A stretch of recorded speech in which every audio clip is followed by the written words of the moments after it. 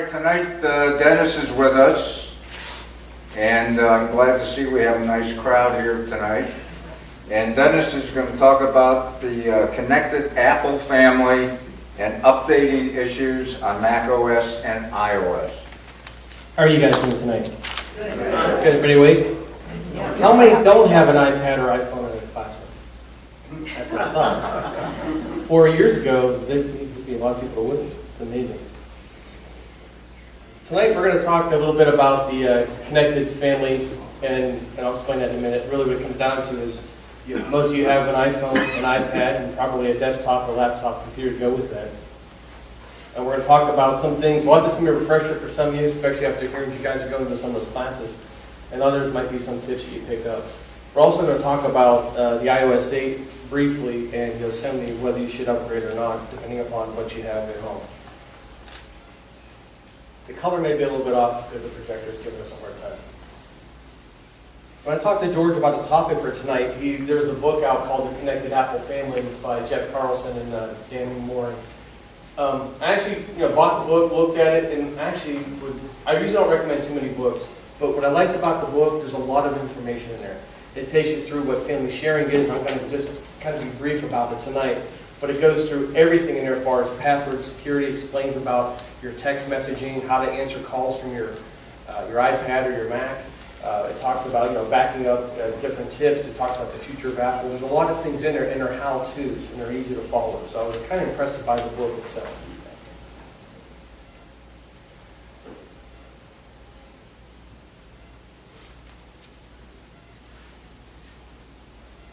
Okay. We're going to talk about Apple's ecosystem, and just in brief, the ecosystem is everything I just discussed. And we're going to be adding something new, which will be the iWatch, which will be coming hopefully this year at some point. We're now connected more than ever, for all our devices. So if you put something in your address book on your iPhone, it shows up on your iPad and hopefully your Mac if you're using the same iCloud or Apple ID for all your functions. Let's see. How many of us here started with the .Mac? Okay, and then Mobile Me, a little further. Okay, how many have iCloud at this point? Everybody? What happened was, the cloud, as we know, is very vague. It's not what we think it is. People think, oh, it's a magical place, things happen up in the sky. No, it's actually like a storage unit. It's got a bunch of big servers in it, and we each, with our ID, get a little spot that we get the basically 5 gigabytes unless you pay for more space. That's what we get, and that's our home for a lot of things. And that allows the magic to happen down here between our devices and our home computers. The problem is, Apple went through a lot of growing pains. Those who've had .Mac, we were blessed with something called an iDisk. We were able to put things into it. We were able to keep a web page in there. We could almost do e-commerce through it. It was kind of a cool place to have all our stuff. But it was just for Mac people because, well, basically it was .Mac. As the iPhone approached and the iPod, well, it opened the world of Apple up to all the Windows and all the other folks out there who don't have any of the Apple products. So they kind of went to the Mobile Me where they were kind of welcoming in the Windows folks. But then we started with some more functionality of the iDisk and having storage and having our files with us. But then they realized, wow, the whole world wants Apple, which is great. So now Apple had to start building bigger super data centers, and they brought out the iCloud. Well, the iCloud's nice, but it took away a lot of flexibility we had initially. It's getting better, and the iCloud Drive we'll talk about a little bit as well. And that's allowing us, at some point now in the future, if you haven't, how many bought a recent laptop lately? A MacBook Air or MacBook Pro? What's the first thing you notice about the storage space in those devices? Yeah. And the price tag went up, which disappoints me, but the storage space is small. Well, how many here do photography or have a big video and music collection? I know you do. She's dangerous. The problem is, we're supposed to keep everything in our lives nowadays, or all based inside this computer. In our house years ago, we had books, we had videos, DVDs, 8-tracks, negatives, Polaroids, laser discs. We had all these different things, different parts of the house. Now, it's all in these little boxes we have. And we take these things with us everywhere we go. The problem is they can't hold everything we have. So now we have to kind of offload it somewhere. Well, I actually had a conversation with a VP at Apple, and I asked him, I said, why are you guys doing this? I mean, I'm already at 1 terabyte in my hard drives on my machines. I need to go more. They're like, well, we're focused further in the future. The point is, these things are going to be access points to a greater being, which would be our iCloud drives, which are going to hold all of our data. Our photos are going to be there, our music's going to be there, our books, and everything. We'll be able to collaborate with friends and family, and they're moving that direction. The good news is you have all that I just said. The bad news is if the internet goes off, the power goes off, your battery goes dead, we don't have anything. How many here have been helpless when their phone's not been working, Georgia? I mean, my iPhone went on the fritz recently and Apple took care of it, but not having a phone for 2 days is pretty rough, especially this is what I do for a living. Even I'm prone to having failures just like anyone else is. Let's see. How many people have more than one Apple ID? Okay. Now, have you merged them? Do you guys know you can start doing that a little bit? What Apple's done is, there's been some issues in the past where people, example, about Summit Broadband, they're here in town. They're displacing Comcast in a lot of locations. Because of that, people who've had a Comcast email address in the past have also used a Comcast address as their Apple ID. Well, now as they move forward, Summit does not have email, and now they don't have Comcast, so they're setting up Gmail accounts and Yahoo accounts or AOL, something they can hook up into, or even an iCloud account. The problem is, what happens to all those past purchases? They just don't come in unless now anything you've bought in the past, you have to know what password to put in for that account, and anything on a new account, you have to do the same thing. But it's a pain because your contacts, your address books, things don't sync, or calendars don't work very well. What Apple's starting to do, it's a little tedious, but on our website, when you go into log into my account for the Apple Cloud, what they're doing is they're allowing you to go in and actually merge an account. We say, hey, this is my new email address, and it's allowing things to transfer over. But it's a very tedious task to do that. All right. So one of the things, how many know about Family Share or use Family Share? Okay. Let's see, how many do you have in your share back there? 2 people? Who's got more than 2? Okay, more of a husband-wife kind of thing? Or girlfriend, whatever. Boyfriend, whatever it takes. It's Naples. Anyway, with that said, I think family sharing will work great for a couple. We'll talk more about that later, but it can go up to 6 people, and we're going to talk a little bit about that. But see, the problem is, right now, the reason why I brought up the .Mac and the Mobile Me stuff is we've already started on a track with Apple through the years, and we've had to make do, getting things from our albums into a MP3, somehow into iTunes and into an iPod, and we've gone through all these changes, and we've had our email addresses, we've had our .Mac and Mobile Me and iCloud accounts. Well, now Apple says, wait a minute, now you got a family, up to 6 people, let's get you all on the same page. Well, the operating systems now with Yosemite and iOS 8 do a lot of that, so hence they bring up family sharing. There's 2 reasons why I put this picture up there. We all know the Brady Bunch, right? Can't get rid of them. But the funny thing is, how many people I just mentioned to you can be in the family sharing plan? 6. Right, how many are up there? 8. Exactly. So, there are some frustrations with the family sharing just to get started. So, I'd rather bring things up so that it confuse you right off the bat. Okay, as I said before, I'm not going to give you a whole setup on how to do family sharing. I do have a PDF of this whole thing. I have it here to give to George or Jerry, and they can just send it out to you guys. But there are some websites here. I did look at them just to make sure, what you need to know before you start, should you decide to do this whole family sharing thing. And for some of you who haven't done it yet, if you want to, there's a lot of articles saying what you can and can't do, what happens if you decide to leave. If you're moms and dads and you have kids or grandkids, things that you can hide purchases, which is important because if you got some explicit movie or rap music, you may not want that for a child. So there's things you can do to hide and unhide. And they tell you what happens when you leave the family. Talk about that later. Now, these are some important things to know. Family sharing really works under iOS 8 and Yosemite, and these are devices that are compatible. Now, I'll mention later in the talk that just because you may say, well, hey, I got the MacBook there, late 2008 aluminum thingy-dingy there. Do you want to put Yosemite on it? Probably not. And the reason is just because Apple's offering this free upgrade for all your devices, even your iPhones, doesn't mean, or an iPad 2. I have an iPad 2 still. Still works. But iOS 8 on there, lousy. I mean, it's pitiful performance. I know I need to get a new unit, but a lot of people don't want to spend the money. Some people can't spend the money, and it gets very difficult. So thinking, we'll talk about it later about upgrading. But this is a requirement so far just to get you into family sharing.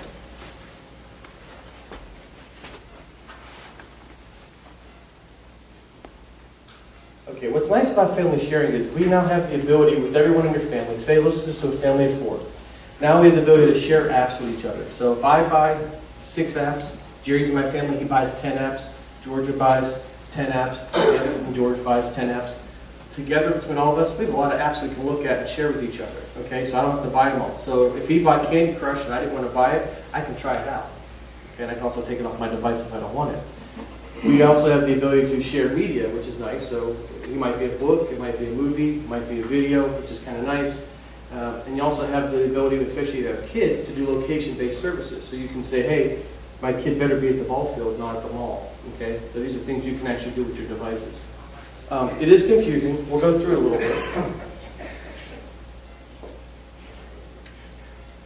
Now, one of the things is when you first went to iOS 8, you probably saw the, do you want to set up family sharing? All of us said no because none of us knew what it meant. I didn't do it, and I have a wife and 2 kids, and I said, no, I'm not going to touch it. But the way it stands is a total of 6 people, when you can invite up to 5, and they don't have to be in your immediate family. So if it's a small work group where you have an office and you have a couple of employees, you can actually do it with your work crew, you can do it with some cousins, family, friends. They don't have to be your immediate family. But just remember, when you set this thing up, one person becomes what they call the organizer, or the orchestrator, or the maestro.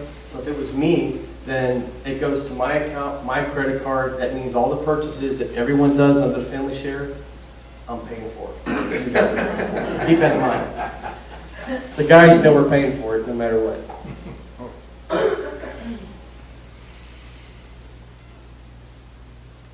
But there's some nice features because they know we have kids and they're going to do things. But what's nice is under 13 years of age, they automatically get marked and they get a thing that says asked to buy. So what happens if I had someone under 13, actually my son's 11, so if he wanted to buy something, more freedom than most, but if he wanted to buy something under family share, it would come back to me on my phone or my wife's phone, whoever was the organizer, and say, is he allowed to buy this app or song or whatever, and I can approve it, and then it goes back and he can get it. So it's not too bad. You get a little bit of protection with your kids.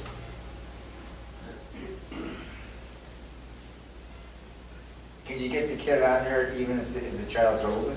Yes. Yeah, well, most of us did in the past was, see, both of my kids, you have to be, had to be over 13 to do things. I just made up fake birth dates of births for the kids, so they have full access to the iTunes store. But a lot of people have done that because, we want everybody to have their own accounts because eventually this is going to go with them.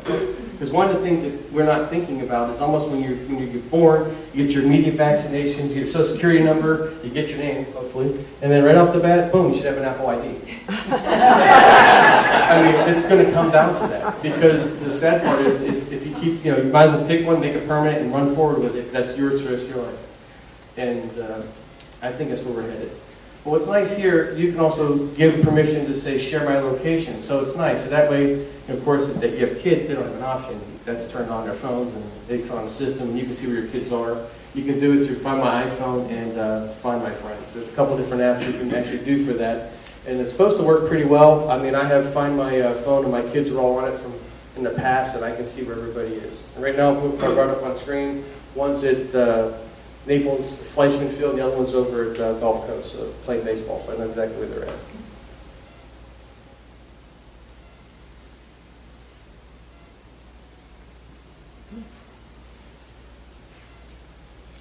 So that kind of just gives you a little overview of how you can see them. They'll show up where they're at, and there's different views of your map, so you can see pretty much where they are in a general vicinity.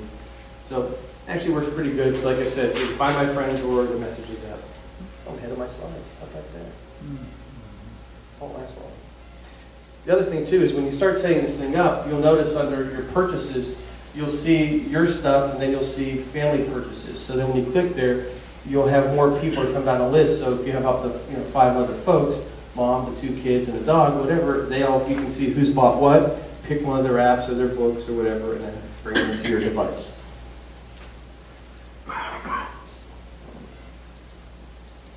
And like I said, your library just grows. A lot of this is just telling you that in this book, it actually goes through the setup of all this stuff. It's actually pretty simple, and Apple does make it easy. But here's one of the important things. Like I said, you can share, you can do books, and actually to acquire books, you go to iBooks and then go right to navigate to the purchase section, and it'll show up there just as well for family purchases and be able to download those. If you decide to leave the family, hey, forget about it, nobody leaves the family, right? So if you leave, you get to keep the music. How about that? You get a parting gift. Because Apple, over the years, been working with the record labels and some others. They've actually eliminated the digital rights management. For some of us, I still have some music in my iTunes library that is managed by the old DRM. So believe it or not, I actually DJ too. There's a bunch of other things I have fun with. But some of the songs on certain apps won't play because they're still protected by the DRM involved. But after, what happens is whatever music we download, at this point, you get to keep on your device, and you don't have to worry about digital rights management or someone's password to keep playing it, which is kind of good. But the TV shows and movies, that's not going to happen. They could strike agreements with everybody because there's a lot of ways to get video out of devices and then bootleg it across the planet, so you can't. You'd have to have, if I knew what my mom and dad's password was and their username, then I can still keep that stuff on my device. But once you leave, music is all you get to keep. Everything else you do not have access to. But when we talk about this, Apple also, just to jump ahead a little bit, when you set this up, you can only do it twice in a year. You can only do 2 family sharings in a year, and you can only do it twice. So if you leave, and then try to come back in, you can only do it twice in a year. Apple's got some rules. I'm not sure why that is that way, but once you leave and come back, you can only do it twice in a year, and that's it. So if you miss out, it's like insurance. You got to wait, to go around the horn to resubscribe. Also, the same things with family albums. This is kind of cool because under the family sharing, you'll see iCloud photo sharing. This is actually will show up on the phone right here. And once this is enabled, then you'll get a new family shared album, and then everything that people take from their cameras and iPads will all show up. So you can say, hey, look, so-and-so got this at the beach today.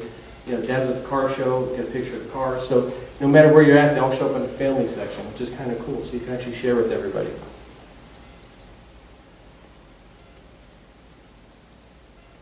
The other thing, too, is you got a family calendar. This part would be kind of cool. My wife would like this because that way, since I never listen, I don't know how many guys have that problem.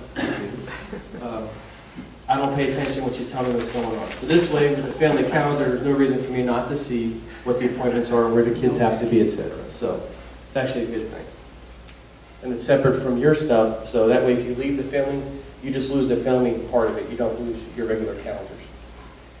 Now also keep in mind, one of the things they did, everything is shared except for contacts. They felt that at some point, most of us have an important set of contacts, a lot of us do business. Last thing to do is have my son's little grade school friends on my phone, then he overwrites them, deletes them, and then lose all my business and contacts. It'd be a nightmare. So one of the things they didn't do, everything comes over in family sharing except the contacts. Busted. All right. If for whatever reason you don't want to do it, you can leave. Like I said, you get to keep the music as your parting gift, but everything else is, stays in family share. Whether you can opt out yourself if you want to. Also, the organizer himself might say, hey, I'm done paying for you kids.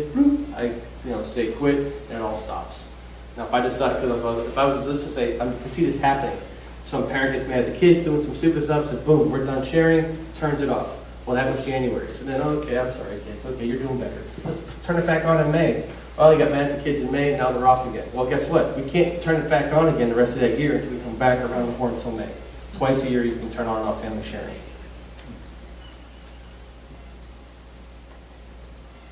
But everybody, here's one of the things.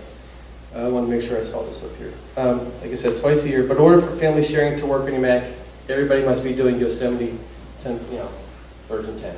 Have to do it. And they need to have an iPhone as well. It doesn't work with the Android phones.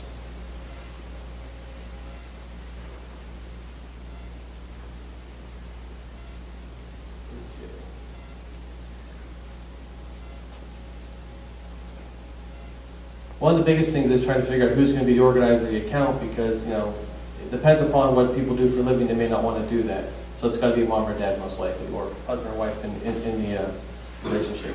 They do give you, like I said before, they create you a 13 and under account that will prompt you to okay the purchase or not, which is kind of nice.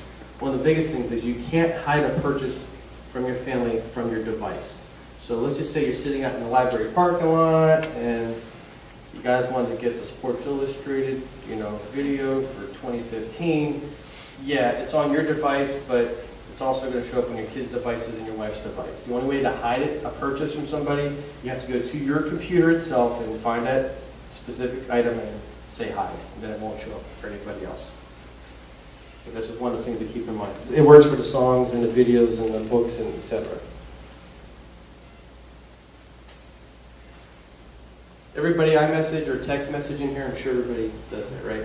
There's not a whole lot to cover. It's just that basically, if you see blue, then it's the iMessage. If you see green, that's the iMessage is Apple's product, and the SMS, the simple message service, is from the phone company. So they delineate between the two, and Apple does a very good job of doing that. So if you wonder why is that blue and why is that one green? That's why.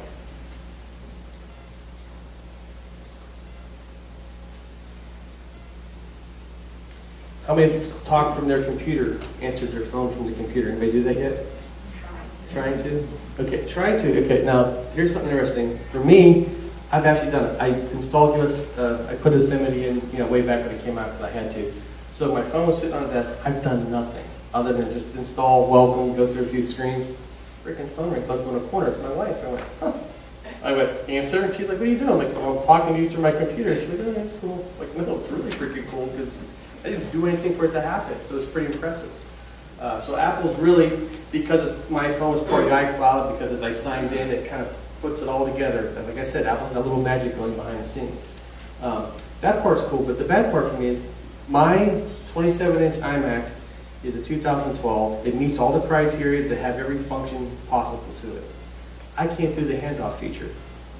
So, and we'll talk, how many have done handoff, where basically if you start, okay, good. So if you start on an email or something and you got to run out the door, you can hand off to like your iPad, your iPhone, and then finish it somewhere else, which is kind of cool. Mine says not a compatible device. I have an iPhone 6s, and I got more than an ample system. But Apple's come down to say it's a Bluetooth connectivity issue. Just because my computer says it's a late 2012, meets the criteria, under the hood, they've had a leftover Bluetooth part that was the prior generation. Still works fine, however, I don't have that functionality. So again, not all computers will do everything just because their name says they can. So it's very frustrating for me. However, the funny part is I did the computers for the Friends of the Library, and the one lady, Marlene, she doesn't have an iPhone, but in my Bluetooth turned off, but as soon as I turned on her section, handoff already kicked in from her mail program. Like, well, who's it talking to? Because it was already starting to hand off her files and wasn't even connected to anything yet, so it's kind of frustrating. Let's see. How many of you used a little recording part on the text? You see a little microphone you can push and send a snippet? Okay. That actually is kind of cool too. So there's a lot of things we can do. The best part about the texting part that I like is you don't have to try to save a picture, attach it to an email, send it to somebody like we used to have to do. Nowadays, I mean, you can do everything to the texting app. We can send, short videos. We're sending audio now. You can even do animated GIFs. So if you wanted to send, a little Charlie Brown Schroeder playing on a piano, you can look it up on the internet, find an animated GIF of Schroeder playing a little graphic image, hit save, and add it to a text message, and whoever gets it sees little Schroeder playing the piano. It's kind of cool. So then you can just set animated Christmas trees, jack-o'-lanterns, turkey, whatever you want. But your texting is getting to be a lot of fun. And so there's a lot you can do. One of the nice things is because people tend to send a lot of crap. How many do Facebook in here? Okay, not too bad. But I'm sure you've seen some folks' Facebook pages that are like they spend their whole life doing it. I don't know where they got the time to do it. I don't have time to look at mine. I barely have a page. So, but the thing is, any videos that get sent to you, you can have it automatically be deleted after 2 minutes. So that way, if you want to see it again, somebody can resend it to you. Otherwise, turn off that feature and it'll be saved permanently in your device. That feature under the settings? Yes, under the messages. Let's see. When you get to, if you click on a person, so it's like say you're in a text message, say this is Bill, and then you click on the detailed part of Bill up here, you get to see different things. So if he's willing to share his location, you can see where Bill is. You can of course, video chat, you can send him messages. And then down here, these are all the pictures or music Bill sent. You can actually click on one of those and save it because it's already been your text message, or you can delete them. Because what happens is, I figured this out. I'm in a Rotary Club, and I got a bunch of guys. We get together, and guys and girls, and we text message back and forth constantly. Well, people are always sending, funny stuff and jokes and videos and you name it. Well, I realized one day when I clicked on the details from one of the members, all the stuff she had sent me was all there. Videos, pictures, music. I'm like, crap. No, I wonder where the weight is coming from on the phone as far as how much space is being stored. So you can click on each one of those things and delete them to save space on your phone. Or if, hey, I really want to save that picture, right from that spot, you can click on it and say save, and the rest you can delete. But a lot of people don't know it's there, so they can't understand, like, why am I only got 12 gigs left out of 64? I don't have anything on my phone. A lot of it's tied up in the texting. Like right here. So if you, under details, you would see like this would be like an image, this would be some kind of word text. And these are things you can delete, because when you click on it, you're actually able to touch each one of these things and highlight them and delete them. One of the downsides, I hope they increase, is you can only text up to 10 people at one time. How many have tried to do more than 10 in a group? Nobody? No. If you have a big family, sometimes somebody gets left off the thread, you gotta do 2 different threads, and it's kind of hard to maintain. But what's great about it nowadays, like I said, people text, I'm stuck in that part of my life where everybody wants to text me. The issue is sometimes I want to be off the text thread. Well, the old days, I just had to silence my phone like Mitch tried to do earlier, couldn't do. But just be kind of Mitch. But what happens is now, if I don't want to be in the text thread, I can delete myself out of it. Or somebody can delete you out of it, whoever started it. So it's actually kind of cool. So you can actually leave something and not have to be bothered. Like I said, we talked before briefly about you can make phone calls. Let's see, iPhone cellular calls. So you can do this right through the FaceTime. You can do. It's kind of cool. Has anybody done it from their iPad? Not yet, but from the computer version would be cool. And again, just more about Find My Friends. It's actually kind of neat the way it works. And you can click on it and get details about them and where they're at. It's actually really cool. You need their approval, right? You need their approval. Yes. Some of the features that, as far as sharing is concerned, handoff is kind of nice. That's a new feature which I'm trying to get to work. It doesn't work for me, but you can basically be working on something and pass it to a different device and continue on, or pass it back, which is great. Like I said, you get family calendars, reminders. So that way you can say, hey, tomorrow's work in the yard day. Everybody bring their dirty clothes, that kind of thing. So, for what it's worth. Contacts, like I said, it's the only thing that's not shared, but you can share maps. The iCloud Drive is accessible. Let's see. Everything's going to be out there soon. Actually, it's also available to PC. A lot of people didn't know that it was. And screen sharing is something. How many have screen shared other people's screens inside the house? Okay. It's actually a nice little feature. I use a remote desktop from Apple that allows me to control the kids' computers and my wife's, but it's kind of fun, especially when they're on the phone with their girlfriend and I can see what's going on because they're FaceTiming. And I'll pull a message up. Oh, she's cute. I'm like, Dad. So I always tell them I'm watching, I can read everything they say. So for me, I'm not actually lucky because I can't, but at least this way they have no idea that I can't. So been lucky to be in control for once. Okay, the hardest thing here now is everything we do in life has a username and password. Everyone's running into that. Even just to go browse some stores nowadays, before you can go look, they want you to create an account and welcome you in. Of course, to get on their email list and more crap in your email box, which drives me nuts. But they're getting worse, and they're going to be everywhere. And the problem is, how do we keep track of that?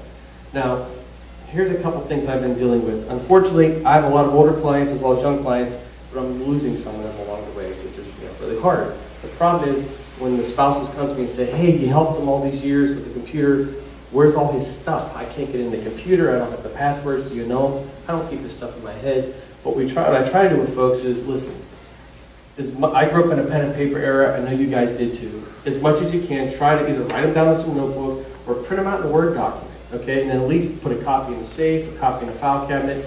Let your family trustee know, your attorneys, let somebody know that, hey, if something were to happen to me, just like having that little vial of life in the refrigerator kind of thing. This is just as important because this can have access to all your accounts. And I can tell you what, right now, I've been trying to pay the water bill for 2 weeks with Naples because apparently they keep messing up my account number and customer number. And I got them all written down, but at least I was able to go back and see what my previous password was and the whole 9 yards and got it straightened out. But you gotta keep track of these things. So if you do a Word doc, one password is great, but again, you have to know that master password to give them the one password. And if you can print these things out, I think you should have them somewhere. Engrave them in stone, whatever it takes. How many do some of the sorts, one password, or write them down, or just do something? If those who have it, I don't see a hand, you got to do something with your accounts. And the important thing is, don't just put like Comcast, username this, password that. Well, there's a little more to it. Are there security questions? Because when you started your account, you probably said what your mother's maiden name, or your first dog, or whatever. You need to run all those down and put the answer specifically. If there's capital letters or characters, they're looking for that, especially with Apple. Apple right now has done a great thing with their features of keeping everything safe. The problem is, I have 2 iPads from clients that they don't remember their password. One says it's going to take a year for me to even try again, which is kind of funny when you turn it on. And they're brick. They're basically worthless. So if you don't remember these things, you'll never get back into your stuff. And Apple cannot break into it. And they've also agreed not to give it to the government or NSA to break back into devices. So if the police come knocking on a door for a pedophile who's got a computer and he's got it locked up, Apple can't, come in a back door and let people have the information. So do keep your stuff. It's important. You may have to pass it on to someone else, and I don't want you to lose it. Safety deposit box also works well too.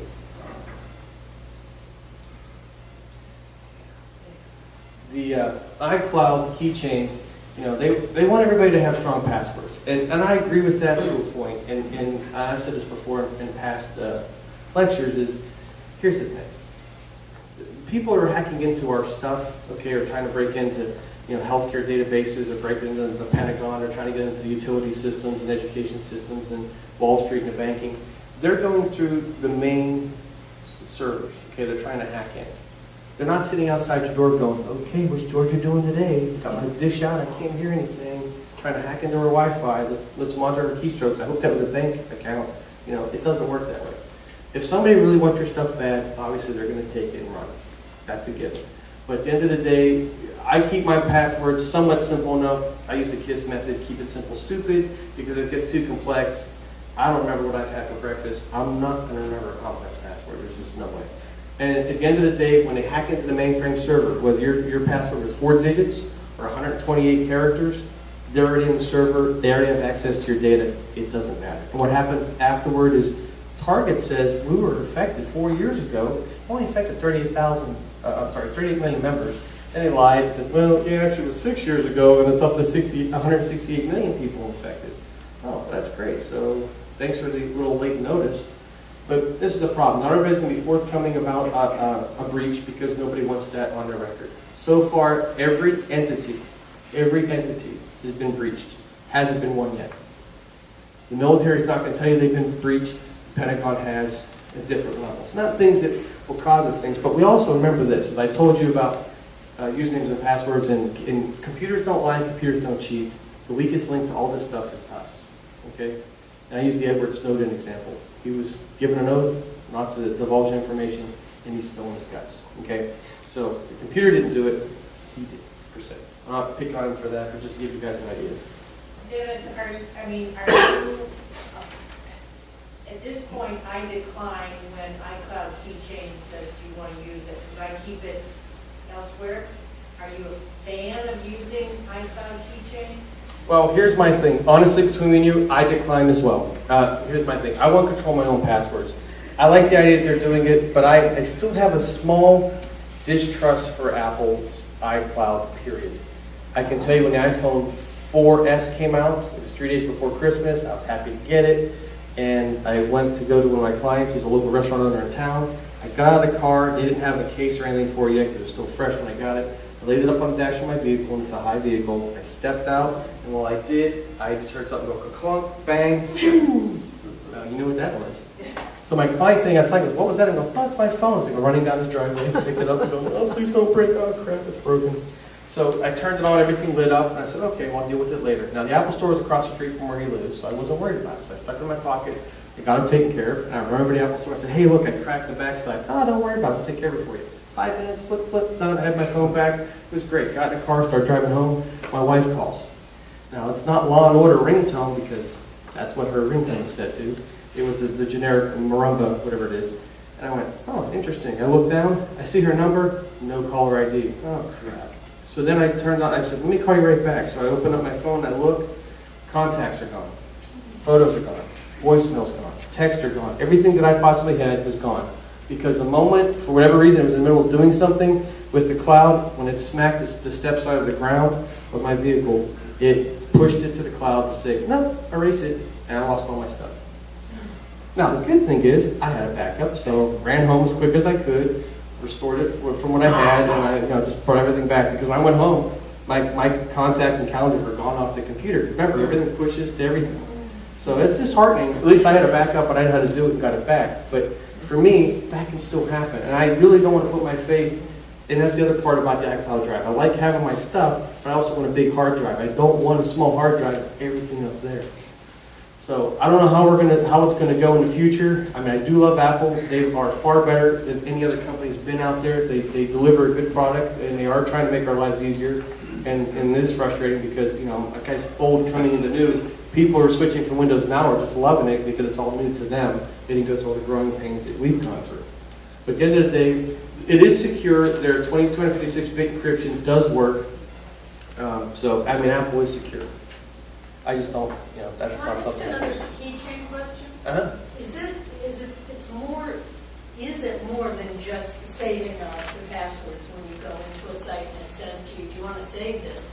Is it also, like when you get a new device, is it also that thing where they text you the number and another device to go enter it in to let your new No, what it does is it'll basically, if I went and signed up for Dillard's, it'll say, you want to keep track of all this information? I say yes. Well, it pushes it up there, so when I get home and go to my computer and open up Safari, go to Dillard's to buy something, that information is already there because it shares it throughout the cloud for all my devices. It does that. As far as what you're talking about is that specific between an entity. Like if I'm trying to unlock a phone for somebody and it says, we're going to send a signal to the device and read me back that specific symbol, and then we'll go further with trying to unlock it. But iCloud doesn't work that way. Just another quick question. If you do have it, save it, and how do you get it back to know what is up there? Yeah, I believe. Where can you look at it? That's one of the Can things. you? It's a good question, and you know what? I don't know the answer to that. I actually don't know the answer. So I would be glad to look at that and Okay. long before I leave, and I will add that to an email to get out to you guys on how to access that specific information. Jerry, do you know how? Okay. As we move on, I've talked about backups before. Does everybody in this room backup? Okay, good. You should. And like I said, this is the only place our stuff is. It's on our phones, it's on our iPads. This is all we have now. And we hug these things like there's no tomorrow. The software solutions, how many use SuperDuper or Carbon Copy Cloner? Okay. Time Machine. They all work fine. They're great. They're a must. I think we should do them. But like Jerry says, I agree with them 100% always. Belts and suspenders. Do a Time Machine, do a SuperDuper, do an extra one. I don't care. Throw one to safety deposit box once a week. Just back up your stuff, and it's important because once it goes, you're not going to get it back. And oftentimes, you're not going to get any warning. Oh, well, my computer's slowing down. Maybe it's going to give out. No, it may just boop while you're using it, and it's happened. There are other cloud-based solutions. Carbonite Crash Plan. I like Carbonite for Windows PCs. However, anything under 100 gigs, 100 gigabytes, does well with the cloud-based services as far as Carbonite Crash Plan. Anything over 100 gigs, not so much. The reason being is it takes too long to get it back. I have an architecture firm in town who's got 868 gigs in Carbonite, and his server blew, and we went to start getting it back. On June 7th, I started it, and it told me 181 days to get back all his data. Oh my God. Now, the funny part was, my client goes, well, I can get a faster Comcast connection. So great, we upped that speed up to over 100 meg a second. So we let that go for a month. Still said we had 181 days to get data. And it would quit and go and start and quit and quit and start and quit and go. And it was frustrating. We called them, like, no, I gotta keep doing it, we can't help you. I'm like, crap, it sucks. Well, at the end of the day, it didn't work. And in August, at the end of the month, we got a hold of them, and they shipped us a hard drive with all the data on it. And it took a lot of teeth pulling to get it done.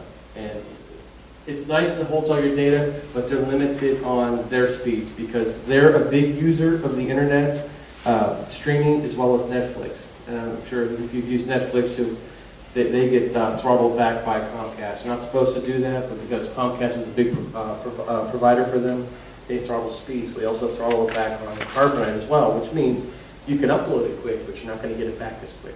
That's very, very frustrating, especially when you have a business to run. The only good thing I like about carbonite, though, at least while that's occurring on a restoration, you can still access any of your files, because it's like having your computer in the cloud, and you can still bring data down and work on it in the meantime, which he was able to do for his business. One important thing I like to just put in here that a lot of people don't do. I got a lot of people say, yeah, I got a backup drive, I plug it in once every couple weeks. That's not how that works. It should be running daily, okay? Unless you don't really care, it's not something you're really into. But I found that people who don't care so much really start crying when they don't have any of their stuff. They didn't realize they don't have their stuff. So I would really say, please keep it in, keep it running, and do it as often as you can. Like I said, you don't have warning all the time. Hard drives are cheap nowadays. I mean, they really are. The SSD drives, between the two, I mentioned before, traditional rotating platter hard drives, like a needle on a record, that's the big hard drives we have in most of our machines. I can get data back off those. Places like Drive Rescue and Data Rescue, you can send a drive out to them, get your data back. It works really well. New SSD, the solid state hard drives, they're great for battery life and computers.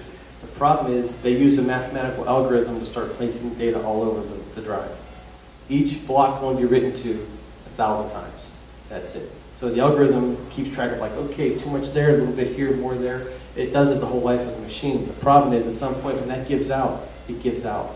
There's no mechanical device I can plug into it to get your data back. Because the algorithms they use per drive, Toshiba's got their method with Apple, Western Digital's got theirs, Seagate's got theirs. And the devices I've seen for forensics out there are very expensive, and it's always changing every year, so it would cost me a ton of money just to hope to get somebody's data back. So in the meantime, instead of having to deal with any of that stuff, because data recovery is very expensive, I would say just you do the time machine, do the super duper carbon copy cloner. You decide to do carbonite or crash plan, I'm okay with that. Just make sure you do something with your data. iCloud is limited. Everybody's like, oh, I got my stuff in the iCloud. No, you don't. It's got your calendars, your bookmarks, certain things. It doesn't have all your data because everything else is on your computer. Plus, you only have a 5 gig limit to start with, so it's not going to hold all your pictures. Now, you can pay for more storage, but generally everyone starts off with the 5 gig plan for free. And it's limited. Now, the iCloud drive, like I said, is an evolving entity. So somewhere down the line, this is going to be the place where we keep all our stuff. And God forbid if that goes down, we're all going to cry. Like I said, other cloud-based storage, they're all popping up. You'll hear Dropbox is one, Box.com. There's a whole bunch out there. They all do a great job. They hold data, and they do, and you have access to it from any device. The only problem is they don't hold everything. So people who have like Outlook for Mac on their device, when your email is stored in Outlook, it's stored in a specific data file specific to Microsoft. It's called a PST file, just a little geek talk. But it's stored somewhere in the hard drive. So when you do a regular copy my files over to some other service, you don't even know where your email's kept. So you're actually not getting your email. So oftentimes people go, well, I did a restoration, but where's all my email stuff? My calendars and contacts are gone. Well, you used Outlook and you didn't get the right file because it's buried somewhere in the computer. You don't know about it being there. So that's why I like the all-in-ones like Super Duper and Time Machine and Carbon Copy Cloner, because they go and get all the data, which I like. I'd rather have more data and throw something away than not wish I had something. So something to keep in mind. How many are going to get an iWatch when they get here?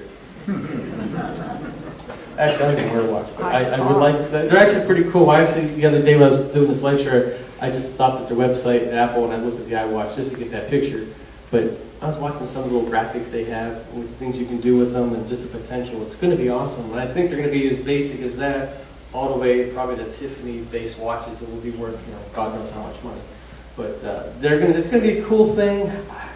I'm one of those things, but it's another freaking device that's redundant because my computer does everything. Well, my iPad's getting close to doing that. My iPhone, well, it's basically an iPad. So they're all the same.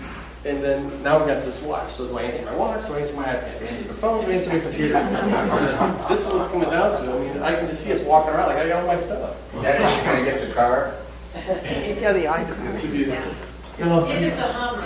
If it's a Hummer. I like driving. It's one of the things I really enjoy doing because I'm in control. I'll tell you what, it's it's really hard to hold back because right now, our Rotary Club, I'm going to do a little announcement, we're having a beer fest on March 7th at Bayfront. So if you guys like beer, 90, 100 different craft beers, all the food and drink you can eat, come on down for $50. It goes to charity for the schools in town. But I have those magnetic signs on both my doors, and it's so hard to drive through town and not say or beep the horn, you know, because I'm representing. I can't wait to get those off my car. But the iWatch is coming. The iCloud Drive is evolving. Health and fitness is huge. Now, we all have a doctor. We all have internal medicine people. All of us are getting older. How many of us are on different medications? You know, all of us are. How many are told to go home? Go home, check your pulse, do your blood pressure, and monitor your breathing. Like, oh, great, things I don't want to do.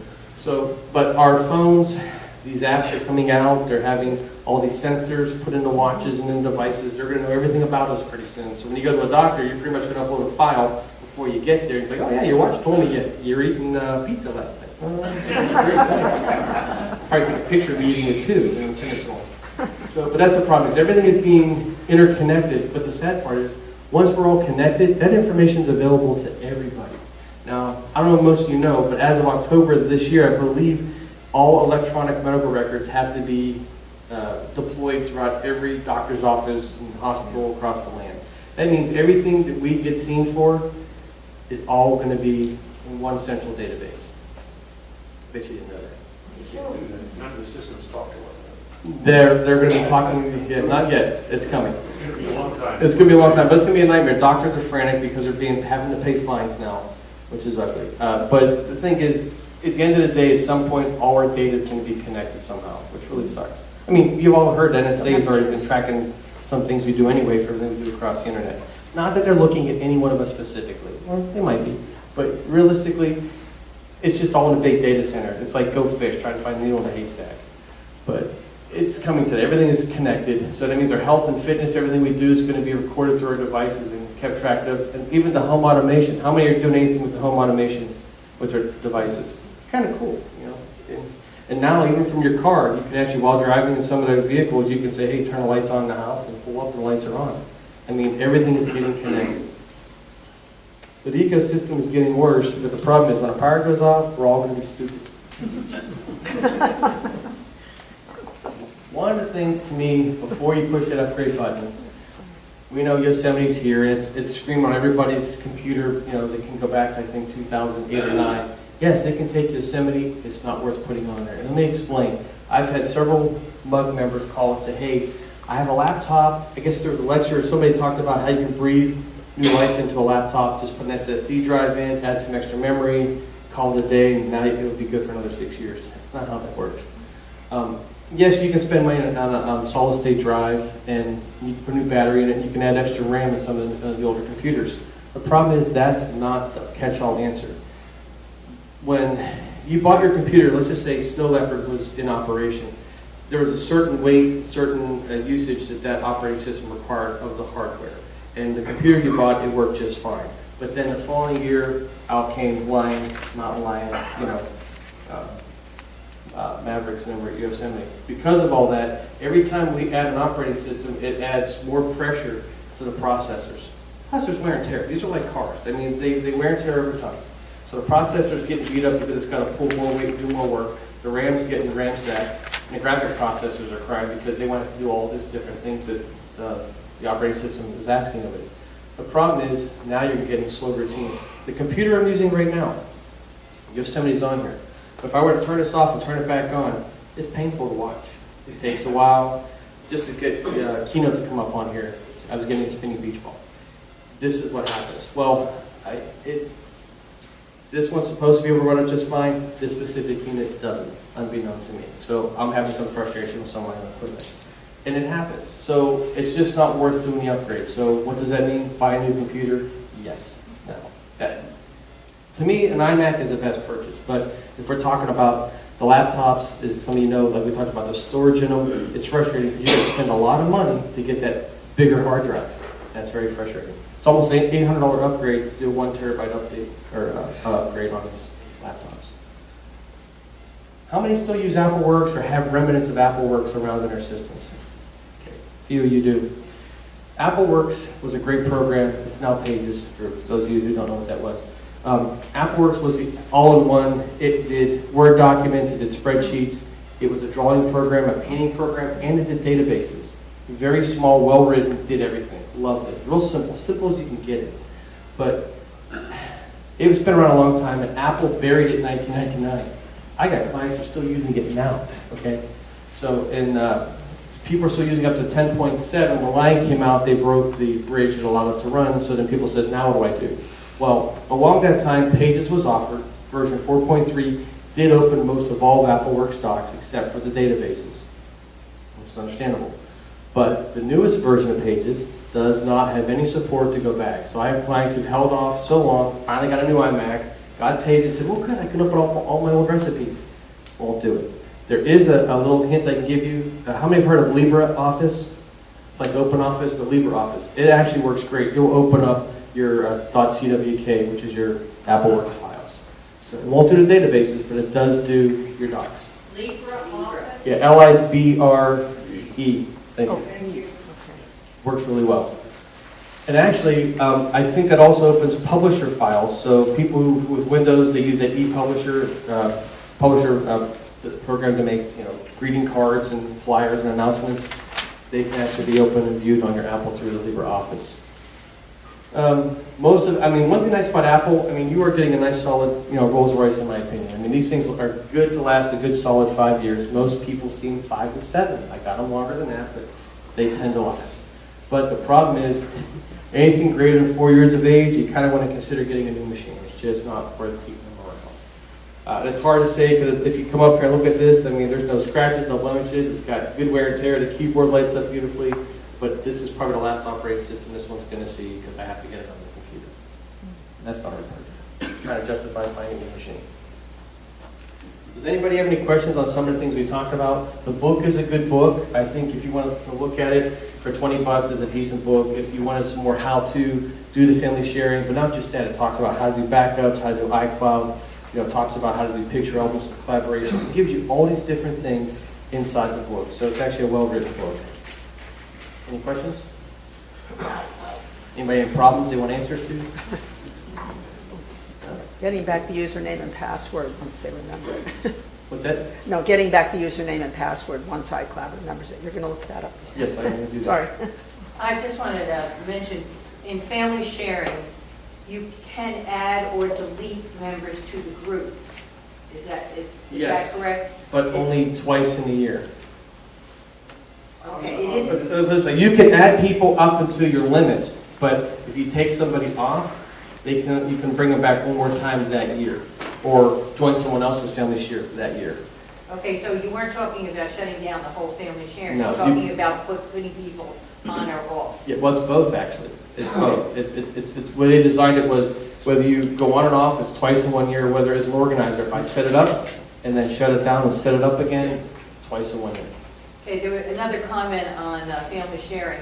I like it very much, but when I updated my husband's iPad with the latest update for iOS 8, I lost my he lost his calendar on there. And I did get it back by doing some reboots a couple of times. It finally came back, but for whatever reason, I don't know if you've had any other people had that problem. One of the biggest things that Apple does is kind of frustrating. How many of, when you update it to Yosemite, and a lot of you you get the update to get a brand new Pages and Numbers and new iMovie and GarageBand and all that. When you click on your purchases, you click update. Each one of those, all of a sudden your username pops up, you gotta put in your password. It goes up, then it comes down again. You hit update all, but it comes down for each thing that's in that list. It's frustrating. So you're like, well, is it not taking my password? Did I forget my password? It should say, okay, updating GarageBand now, put your password in. Updating Pages now, put your password in. It wasn't doing that, so people get frustrated. So they go, I hit update all, but I only got one thing downloaded and the rest aren't downloading. It's not very intuitive. Sometimes you do have to. You have to turn off the device, turn it back on. Sometimes, people get iClouds and get hung up. What you do is you basically turn off the iCloud on your phone or iPad, turn it back on to get things to working again, especially with syncing of calendars. I had one client, all his stuff talked. He had multiple devices, everything worked fine. Just one iPad would not do an update to the calendars. So what I had to do was basically turn the calendars off on that device, wait a few minutes, turn it back on, and everything was able to start talking again. Don't know why they get hung up that way, but it does happen. The other comment is, when I was trying to figure out what was wrong, he has a different password for iTunes than he does for Apple ID. But that iTunes password is not the one you use, even though you're doing purchases, you're using other people's purchases. It's the Apple ID that you use, not the iTunes ID. It's the Apple, it's the organizers. Right. I figured that out finally when it. Yeah, nothing again, worked that's out. one of the things I don't like about it. It's kind of non-intuitive to say. I need a little more It here. isn't real clear, that's why I was mentioning it again. No, actually, very valid, good point. Thank you very much. Anybody else? If anybody has any questions, we have a few minutes, and they're certainly welcome to ask anything. Dennis, when I use preview and I want to send a copied document or something, I go down to the PDF and send as a PDF. Up comes mail with that attached to the mail, and then it says you don't have the right, what do you call those things you plug in? A plug-in. And it doesn't tell me what the plug-in is or where to get it or. You have the right, so adding it to mail says you don't have the right plugin. Right. That's from preview to Apple Mail. What version are you running? The latest, I don't know what the numbers are. Huh, that's interesting. Did you create the PDF, or was it one that somebody sent you? No, it was a copied document that I would copy it on my scanner and then try and email it directly through the. Oh, through the scanner? Yeah. No. You got to save it to your desktop first as a PDF, then attach it. It won't. A lot of devices won't allow you to go directly from the push buttons or even just from scan, bring it in and send it out. It actually has to come resident to the computer, give it a name, whatever, and then attach and send. Well, I was able to do it that way. Yeah. Okay, thank you. Yep. No, a lot of devices are different. Even though you buy a brand new HP or brand new Epson or Brother printer, a lot of the features are based for Windows-based computers, even though they're for Apple as well. But a lot of the features on Apple come from the software side, where Windows you can walk up, put a piece of paper on, and say, send to my computer. In theory, some of those features work on Apple, but they all don't. And what happened was, over the years, a lot of the drivers written for all these devices are done by Apple themselves. So HP says, here's our 12 new printers, these are the features. Apple in-house writes a lot of drivers with HP support. HP is not providing all the drivers necessarily. Because what happened was, when Windows went to Vista, and then they spent a long time getting all the drivers, everything working for Vista. 3 months after Vista was deployed, they had a major update for a service pack, broke all those drivers, which meant people who hated Vista really hated it because none of their stuff worked. 3 months they had printers and scanners and cameras talking. After the service pack update, everything failed. So HP spent so much money and so much time working with Microsoft, said, you know what, we're going to let these companies who produce computers do their drivers in-house. So Apple does it, Google does it, Microsoft does it. So they kind of collaborate, but a lot of times a lot of the features aren't available necessarily. Go ahead. Is the iPhone 4S capable of handling the family sharing program? It is, it's on there, but remember, it's the last one on the list there. So to me, I would say it probably runs real slow. You have the iOS 8 on there right now? No, I don't have Okay, good, because you have to update to the latest operating system to do that. it. And on that device, it runs very slow. Yeah. And family sharing, is it possible just to share the calendar and nothing else? I think, well, you can just share that part, but everything goes as a collaboration because it's one organizer and you're adding to it. So it's all those features are built into family sharing automatically. But Dennis, to his question with his old phone, he could, just like the NMUG calendar is shared, I have a calendar, and just through the Apple Calendar app, I share it with my husband, and he shares his, so we both can see what we put on the calendar. But that's entirely separate from From this family family share. sharing. You can just do that on any Apple computer these days. And that's been for years. So you create your calendar, and then send an invite to somebody to subscribe to your calendar, and invite you and your partner to do the same thing. Then you can see each other's without using family sharing, and that will work fine on a 4-app. Absolutely. And you also can do invitations. So if you have a birthday party coming up and you want to invite some of your friends, you can send them the invite, and they can get added to their calendar. Well, should they choose to accept it. individual events, yes, but I think. But a calendar you if can I do as well. understand it correctly, you can share the whole calendar? Yes. Yes. Okay.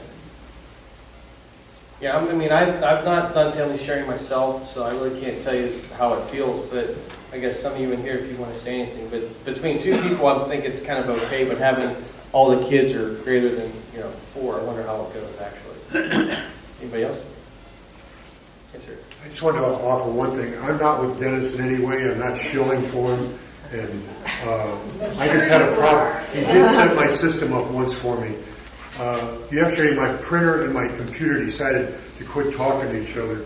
Not a very big job, but it was really important to me because I needed some records. And that my day was unraveling. I left a message for Dennis. Didn't hear back from him. I thought, well, it's season. I'll hear from him by Easter or something. Hopefully not. After dinner last night, I got a call, and he asked me what was wrong. I told him what I had done so far, and he said, download this. And he told me a program to put in. I'd never heard of it. I'm just a monkey on a stick at this point, doing what he's telling me. I put it in, and remotely, without having to come all the way up to Coconut Point for a few minutes worth of work, remotely took control of my computer, squared it and the printer away, and the day ended happily. So I just have to say that and how good he is. But I could Second that. I'll pay you later, thank you. And actually, the program I use is actually no secret. It's called Team Viewer. It just allows me to remote in to your computer and actually takes whatever you need. It actually works very well. Anybody can use it. What's the name? Team Viewer. It's actually very secure because even once it's on his computer, if he calls me again, I can remote back in. And every time he turns on his side, it always gets a brand new password. So there's no way for anyone to ever break back into the system. The way it's set up. Dennis, did you bring cards with you? I brought cards if people want them. Well, hopefully, I hope you all have a great night. If you have any questions, I'll be here. And Do you have any more questions?